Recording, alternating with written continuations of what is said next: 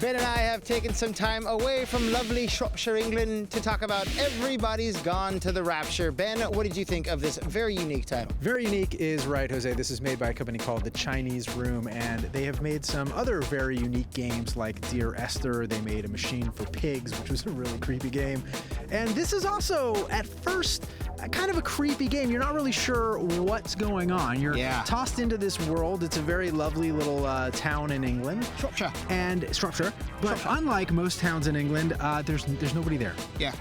No one. No one's around. This is the Her story of console games. It kind of is. This is definitely a puzzle. You start to figure out that what your job is, if there is a job here, is to explore this town and the surrounding area and find out why nobody's here. Did they, in fact, go to the rapture? Are they up in heaven? Did they all die? Did they get a sickness? Who knows what happened? You have to figure that out by wandering around and wandering around. Yeah, you just wander. That's what I'm saying. It's funny you said that it's a puzzle game because you're not really solving puzzles. It's more or less go and try to find images of previous life forms that were maybe in this town and trying to put together what time those things were at this town. Well, apparently they're saying it's a flu epidemic. Because it seems like a lot of them weren't necessarily right when the rapture was happening. It's like you're building up on story within characters, and it has like chapters, I guess you could call them, with, oh, here's a character's name.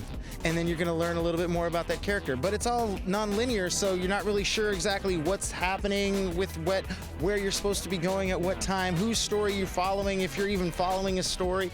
It's just sort of this weird clusterfudge of information that you're picking up on. That's my favorite Ben and Jerry's flavor. You like cluster fudge?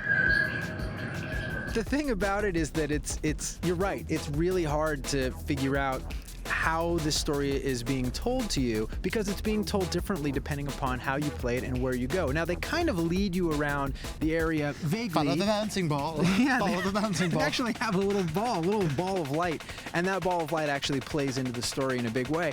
And you follow it around, and it'll kind of guide you generally to areas where you'll get some more of these images of past events, and you see these kind of people, but they're not really people. They're just sort of lights. They're kind of shaped like people, but you hear their voices clear as day as the people that they were before they vanished. It becomes nighttime. You look up. I mean, the sky is a beautiful thing. The whole game is a beautiful thing. The game, yeah. I mean, it's a gorgeous world they created. I mean, it's really detailed, and it feels really like it's been lived in by these people. It feels like the opening of a BioShock game, which is funny because it's Everybody's Gone to the Rapture.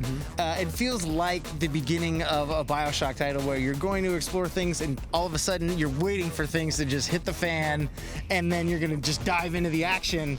That never really happens at all. Well, there's no action. I think there's a lot to like, and Everybody's Gone to the Rapture. The world itself is beautiful. The storytelling is interesting. The voice work is great. But it just feels so pretentious. I mean, this is an indie game that is not, kind of giving the player much at all. It feels like it's just sort of saying, here's an interesting artsy vibe, just be a part of it and let it affect you.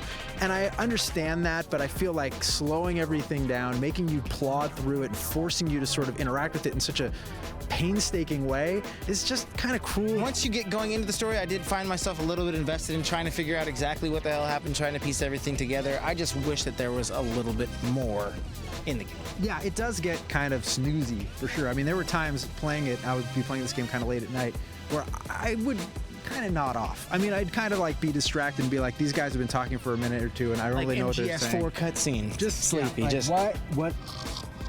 Who's that? Did someone have sex?